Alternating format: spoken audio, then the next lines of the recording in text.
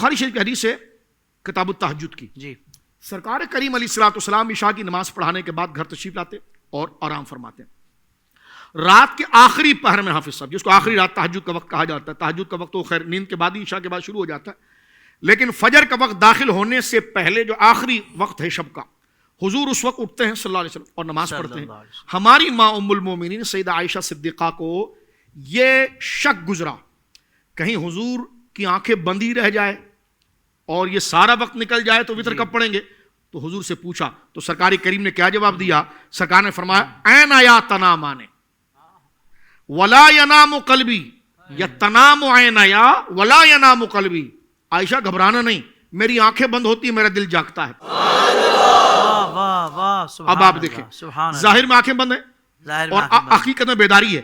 اس پر ایک نفیس اور خوشبو والی بات میں آپ سے کر دوں، اسی لیے ہمارے علماء نے کہا کہ انبیاء سو جائیں تو وضو نہیں ٹوٹتا.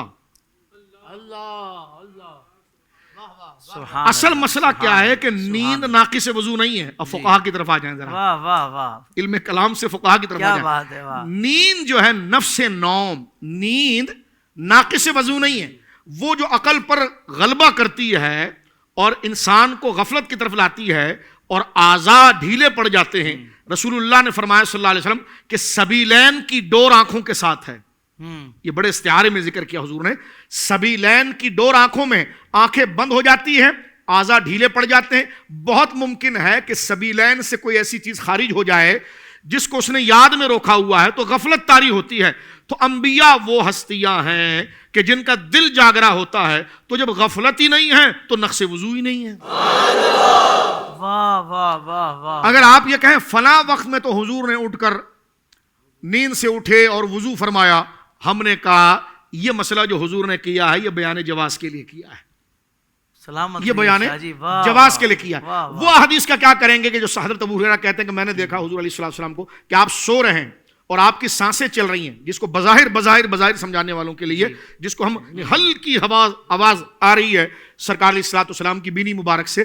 تو اب آپ دیکھیں فرمایا میں نے وہ آواز سنی اور جب نماز کے لیے حضور بیدار ہوئے تو سرکار مصلی پر آئے، حضور نے نماز پڑھائی ہے. تو لہٰذا نیند ناقص وضو نہیں. نیند جب عقل کو پر غالب ہو جائے اور حجاب ڈال دے تو حضور سید عالم سے جب ہماری ماں نے کہا کہ حضور آپ کی تو آنکھیں بند ہوتی ہیں، آپ سو رہے ہوتے ہیں، تو سرکار کریم نے کیا فرمایا؟ تنام عینیا، عائشہ رضی اللہ عنہا میری آنکھیں سو رہی ہوتی ہیں. بند بھی نہیں فرمایا، میری آنکھیں سو رہی ہوتی ہیں. ولا ینام قلبی، میرا دل نہیں سوتا. اللہ اکبر. یہ کیسی یہاں دل سے مراد ہے وہ استحضار، دل سے مراد ہے وہ استحضار، پریزنٹ رہنا، بالکل حاضر رہنا. فرمائیے حضوری نہیں ختم ہوتی. جبکہ ہمارا کیا حال ہے؟ ہماری آنکھیں بند ہو گئی تو ہماری حضوری گئی. کوئی ہمارے بستر کو اٹھا کے کہیں رکھ دے ہمیں خبر نہیں ہوتا، کیونکہ اندر سے بھی بندہ معطل ہوتا ہے. تو حضور نے فرمایا عائشہ فکر نہیں کرنا، میری آنکھیں سوتی ہیں، میرا دل جاگتا ہے. اس پر آپ قاضی یاس کا حوالہ پڑھ رہے تھے، 5ویں صدی کے محدث، انہوں نے بھی یہ بات لکھی ہے. اس کے شارح شیخ الاسلام علامہ خفاجی حضرت شہاب الدین خفاجی رحمہ اللہ نے نسیم الریاض میں یہ بات لکھی ہے. فرمائیے کیسے ہیں؟ فرمایا فیما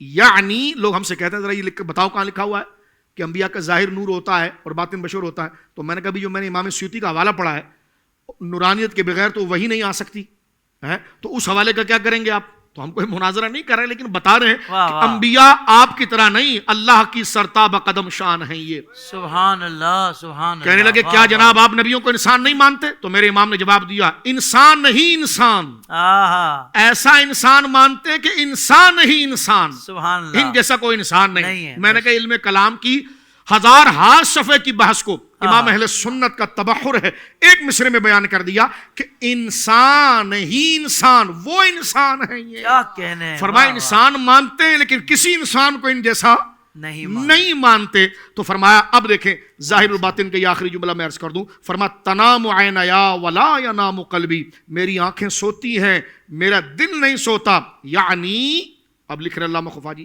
فیما یدل علی ان باطنہ ملکی وظاہرہ بشری. علماء نے تشریح کی ہے، یہ اعلیٰ حضرت اپنی طرف سے تو نہیں لکھا. فرمایا یہاں سے یہ معنی نکلتا ہے کہ انبیاء کا ظاہر بشر ہوتا ہے اور باطن فرشتوں کی طرح نورانیت والا ہوتا ہے.